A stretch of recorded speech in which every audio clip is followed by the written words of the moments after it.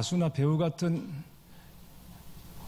연예인들이 가장 두려워하는 것은 대중에게 잊혀지는 것이라고 합니다. 정치인들에게 잊혀진다는 것은 그들에게 사망 선고와 같이 여겨진다고 합니다. 그래서 나쁜 뉴스라도 안 나오는 것보다는 훨씬 낫다고 여긴다는 것입니다. 비단 연예인이나 정치인뿐 아니라 사실 잊혀진다는 것은 우리 모두에게 살아가면서 겪는 가장 슬픈 일일 수 있습니다. 제가 지방 소도시에서 사역하고 있을 때 매일 전화기만 바라보고 살았던 적이 있었습니다. 지금 생각하면 무척 철이 없는 일이었지만 그때는 누군가 저를 기억해 주기를 간절히 기다렸던 시절이었습니다.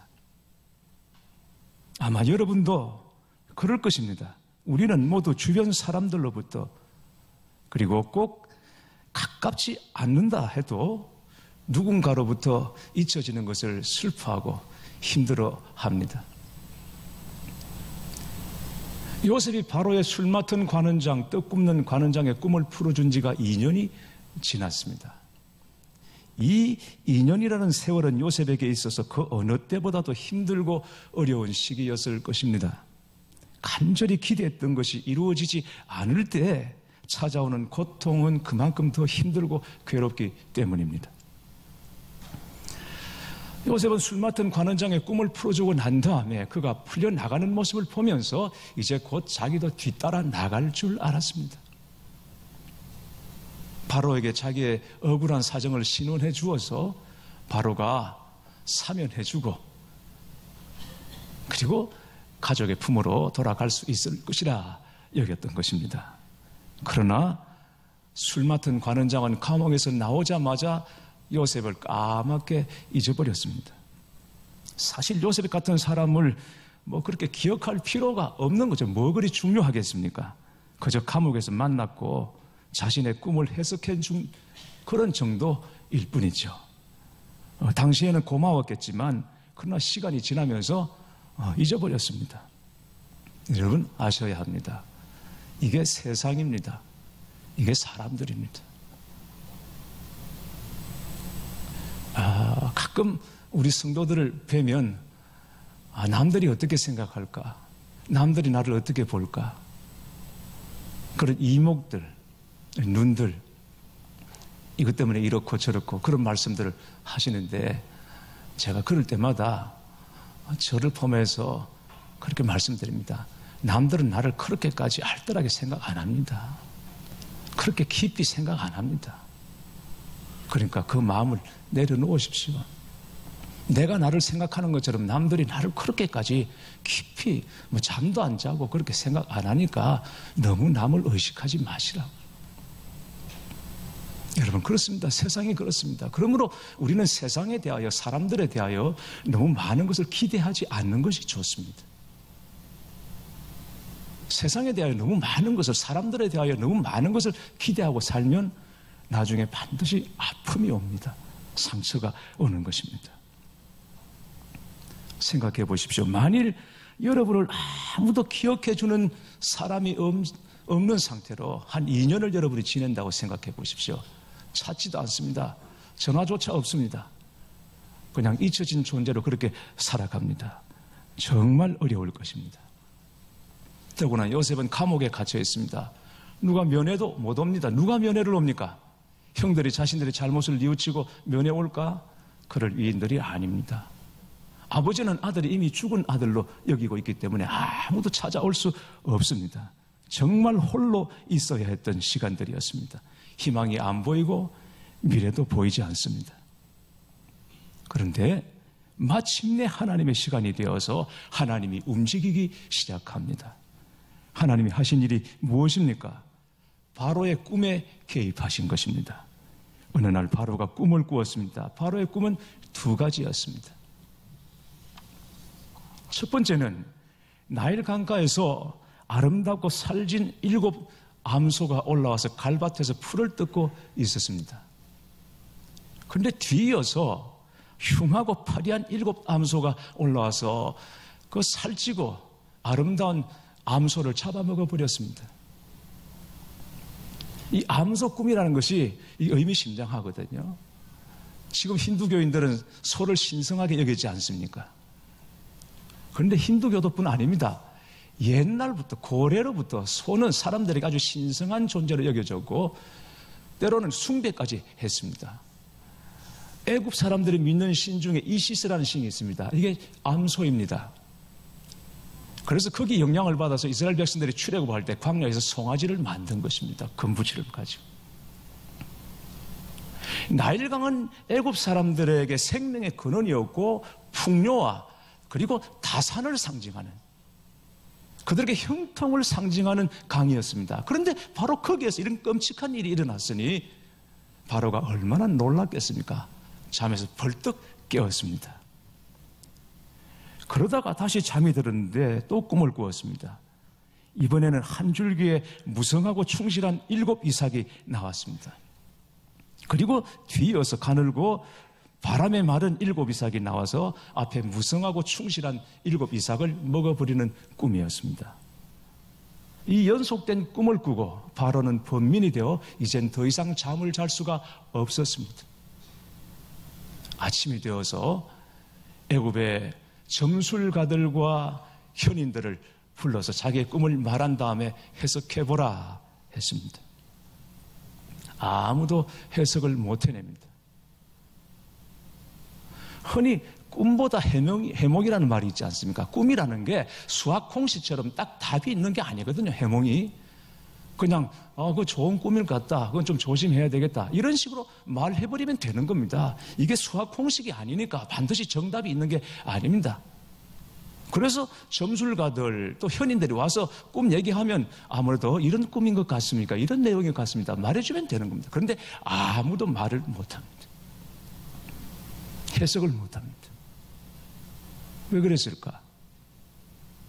그 꿈을 꾸고 지금 그 꿈 해석을 받기 원하는 이 바로의 표정이 너무 진지했고 심각해서 그 기운에 눌려가지고 감히 말을 할 수가 없었습니다. 그러나 애굽의 술객들과 이 지식인들이 진짜 그 꿈을 해석할 수 없었던 이유는 그 꿈이 바로 하나님의 꿈이었기 때문입니다. 하나님의 꿈을 어떻게 세상 술객들과 세상 지식으로 그것을 풀어낼 수 있겠습니까? 풀 수가 없는 것이죠. 하나님의 비밀을 어떻게 세상의 지식으로 경험으로 알 수 있겠습니까? 그런데 사람들은 그것 가지고 하나님을 다 아는 것처럼 그렇게 기고만장하죠. 세상 사람들이 교회에 대해서 굉장히 많이 알고 있는 것 같죠. 술 맡은 관원장이 2년 만에 드디어 요셉을 생각해 냈습니다. 내가 오늘 내 죄를 기억하나이다. 술 맡은 관원장은 바로의 노여움을 받아서 감옥에 들어갔던 일을 기억하고 싶지 않았을 것입니다. 그게 무슨 좋은 일이라고 기억하고 살겠습니까? 그런 마당에 요셉을 기억한다, 지우고 싶은 사람인 거죠. 그런데 더 이상 지울 수가 없고 감출 수가 없고 바로에게 요셉을 말하지 않을 수 없는 그런 시점이 되었습니다. 말해야 할 시점이 된 것입니다. 그래서 바로에게 감옥에서 겪었던 그 일을 비로소 말하면서 요셉을 추천하는 것입니다. 사랑하는 교회 여러분, 하나님은 절대 실수하지 않는 분이심을 믿으시기 바랍니다. 하나님의 때가 되었을 때에 하나님은 술 맡은 관원장으로 하여금 정확하게 요셉을 기억하게 하셨고 또 바로에게 요셉의 이야기를 하게 하셨습니다. 여러분 생각해 보십시오. 바로가 굳이 요셉을 만날 필요가 있습니까? 만날 필요가 있고 없고를 떠나서 그런 존재가 있는지 자체도 모르는 거죠. 한 사람은 당대 최고의 권력자이고 또 한 사람은 노예에다가 거기다가 죄수가 되었 사람입니다. 그런 사람을 그 감옥 어둠침침한 곳에 파묻혀 있는 이런 이름 없는 청년을 어찌 압니까? 그런 사람을 어떻게 찾겠습니까? 가능성이 없는 일이죠. 그런 존재가 이 세상에 살아가고 있다는 것, 여러분 어떻게 알겠습니까? 모르는 일입니다. 그런데 하나님께서 하시면 되는 것입니다. 하나님께서 하시면 찾게 하시고 만나게 하시는 것입니다. 사람의 뜻과 사람의 방법으로는 안 되는 일이지만 하나님이 하고자 하시면 하나님께서는 바로의 꿈속에도 들어가시고 꿈을 꾸게 하시고 잊었던 사람을 생각나게도 하시고 부르게도 하시고 만나게도 하시고 그의 말을 듣게도 하시는 분이십니다. 여러분은 여러분의 인생에서 여러분이 가지고 있는 문제에서 하나님의 때에 하나님이 원하시는 방법으로 하나님이 역사하시기를 정말 원하고 계십니까? 여러분이 아멘 하실지 모르겠습니다만 그러나 사실 우리는 우리 안에 그래도 우리 마음대로 되었으면 하는 이 강한 욕구를 가지고 있습니다. 하나님의 방법, 하나님의 때 우리가 다 믿습니다, 신뢰합니다 라고 말하지만 그러나 실제로 그게 내 문제가 되면 내 생각대로, 내 방법대로, 내 뜻대로, 내 시간표대로 되기를 바라는 이 강한 욕구를 우리가 가지고 있는 것입니다. 그래서 그렇게 되지 않았을 때 낙심이 되고 좌절이 되고 때로는 하나님을 원망까지도 합니다. 그러나 우리는 하나님이 하나님의 시간표대로 역사하신다. 내가 아무리 징징대고 투정을 해도 결국은 하나님 거기서 감동받으시는 것이 아니라 하나님은 하나님의 시간표대로 일하시고 그게 또 완전히 옳으시다는 것을 알아야 합니다. 믿어야 합니다. 남편 백화점 문 열었다는 얘기 여러분 들어보셨나요? 우리 자매님들 잘 들으셔야 됩니다. 거기 가면 마음대로 남편감을 고를 수가 있다고 합니다. 위치는 제가 말씀 안 드립니다.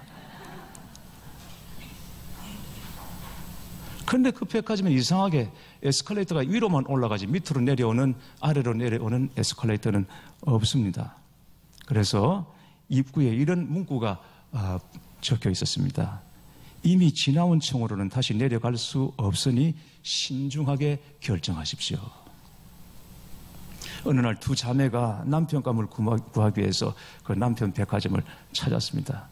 1층에 보니까 아주 괜찮은 직업을 가지고 있고 그리고 아이를 좋아하는 잘 돌보는 평범한 남자 사진과 정보가 거기 전시되어 있었습니다. 그리고 소개 비용도 저렴하고 참 좋다, 괜찮다. 1층이 이 정도 같으면 2층은 어떨까? 가보니까 2층에는 그게 장점이 하나 더해졌습니다. 비용은 조금 더 올라갔습니다.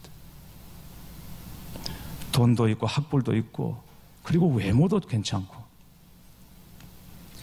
너무 좋아 보였습니다. 3층은 어느 정도일까? 가보니까 정말 거기는 대단합니다.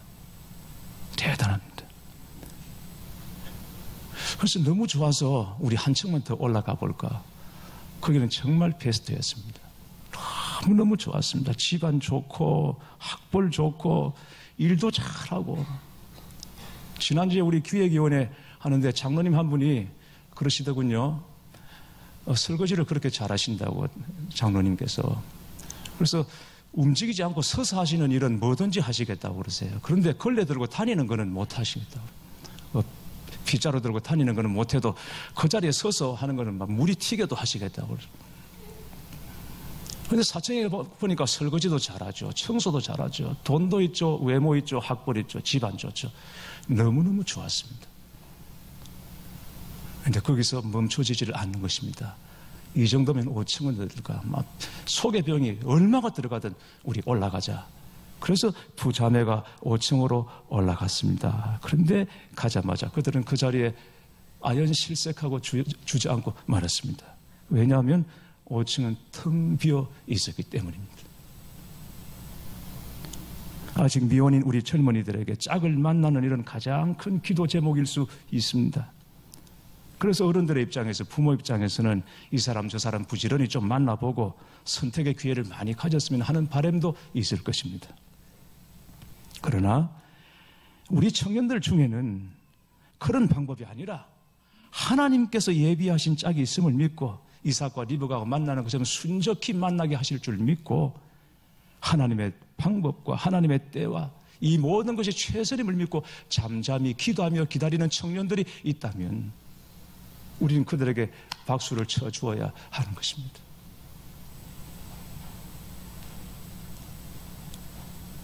술 맡은 관원장에게 요셉을 소개받은 바로가 즉시 요셉을 데려오라 명합니다.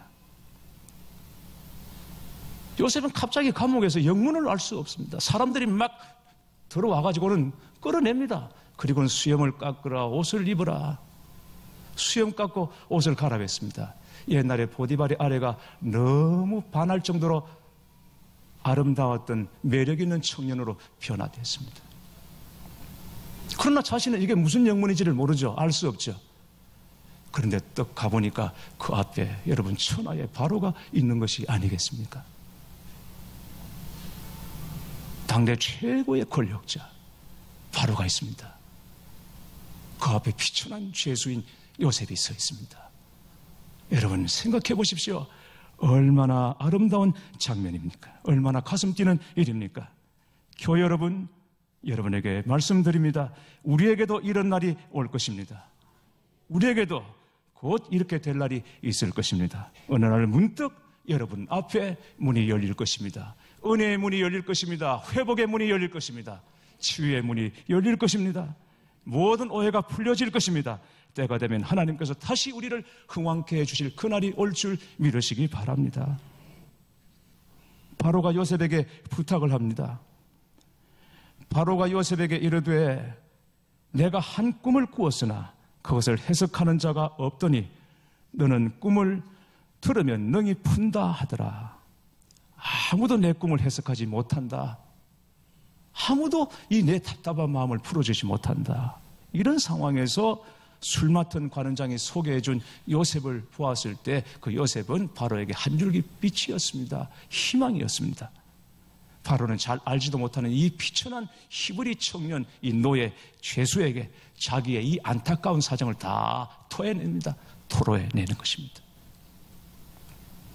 바로의 말을 듣고 요셉은 주저함이 없이 꿈을 해석하기 시작합니다. 두 가지 꿈은 동일한 사건을 의미합니다. 7 암소와 7 이삭은 7년을 의미합니다. 7 좋은 암소와 좋은 이삭은 7년 풍년을 말하는 것이고, 파리하고 흉한 7 소와 바짝 마른 7 이삭은 7년 흉년을 의미하는 것입니다. 앞으로 애굽에 7년 대풍년이 올 것입니다. 그런데 뒤이어서 7년간 극심한 흉년이 찾아올 것입니다. 그런데 그 흉년이 얼마나 극심한지 이전에 7년 풍년이 다 잊혀져 기억도 나지 않을 만큼 그렇게 극심한 흉년이 올 것입니다. 애굽이 멸망하게 될지도 모릅니다. 그러니 여기에 대비하셔야 합니다. 말했습니다. 여러분, 이게 요셉입니다. 하나님의 지혜로 그 꿈을 풀어내고 그리고 뭘 해야 될지 정확하게 대안을 말하는 사람이죠. 우리 아까 곽 장로님이 기도하신 것처럼 나라를 위해서 간절히 기도하셨는데 나라가 안팎으로 지금 어려운 지경에 처했습니다. 그런데 기도할 때마다 제 마음에 감사한 것이 하나 있습니다. 그게 뭐냐면 하나님께서 여전히 이 나라를 하나님의 손으로 붙잡고 계시다는 것입니다. 나라가 어려울 때마다 그 중요한 고비고비에 하나님께서는 신실한 믿음의 사람들을 이 나라 요직에 심어두셔서 그들에게 나라를 맡기시고 기도로 난국을 풀어가게 하신다는 것입니다. 이 땅에 복음의 역사가 시작된 이후로 이것은 마치 공식처럼 돌아가는 아주 기이한 일입니다. 우리나라가 기독교 국가가 아닙니다.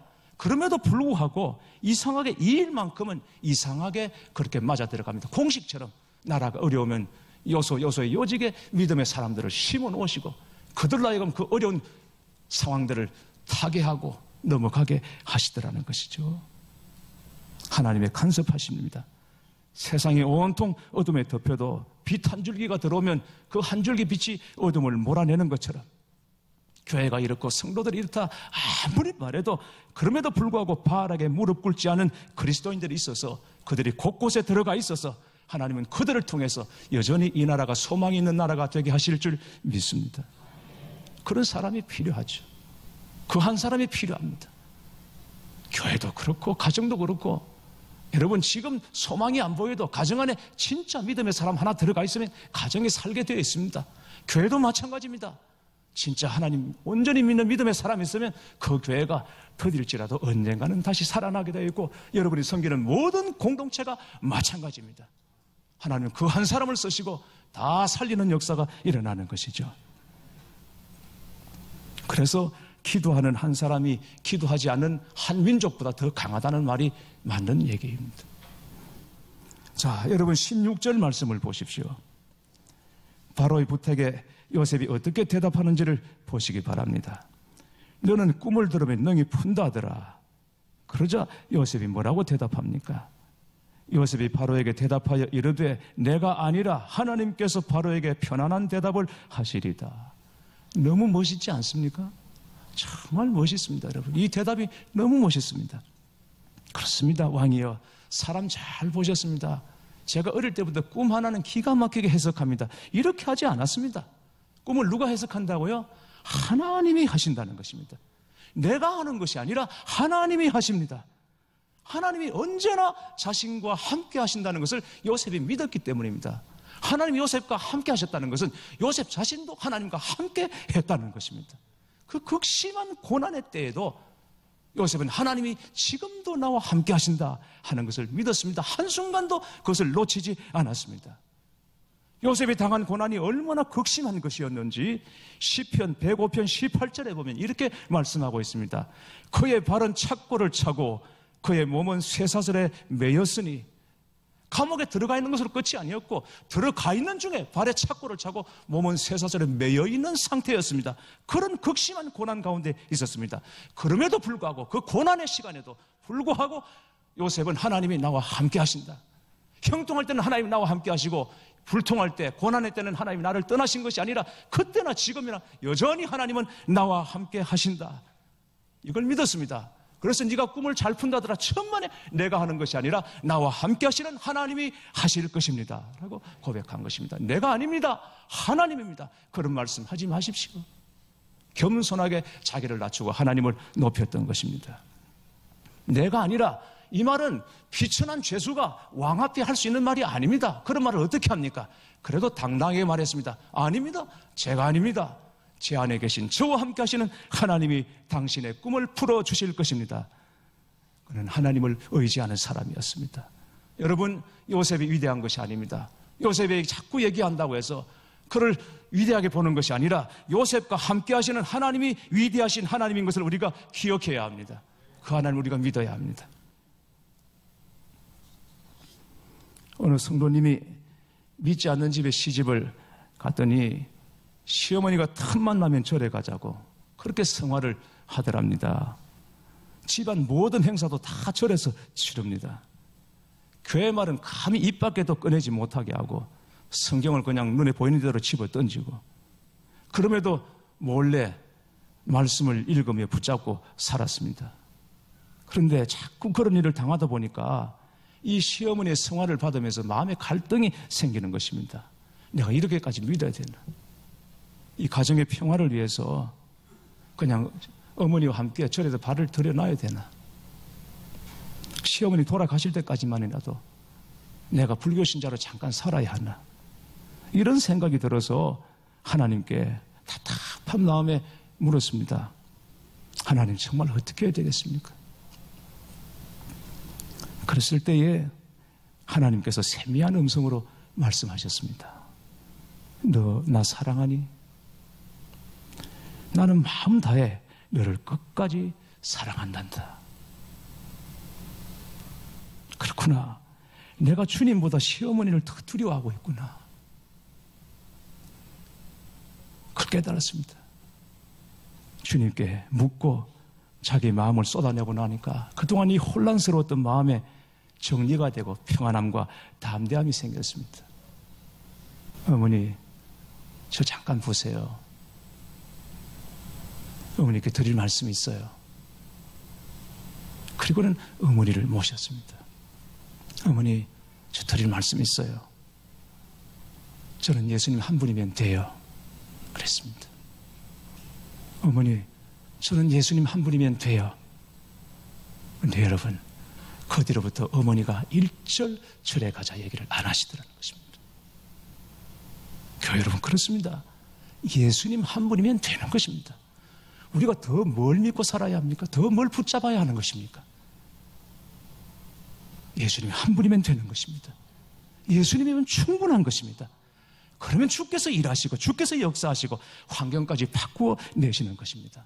나는 못해도 하나님은 하시는 것입니다. 예수님은 족합니다. 예수님은 충분합니다. 나는 부족하고 연약하지만 끝까지 하나님 믿고 하나님 뜻을 이루고자 그 간절한 꿈을 붙잡고 살아가는 사람에게는 하나님이 일하십니다. 하나님이 역사하시는 것입니다.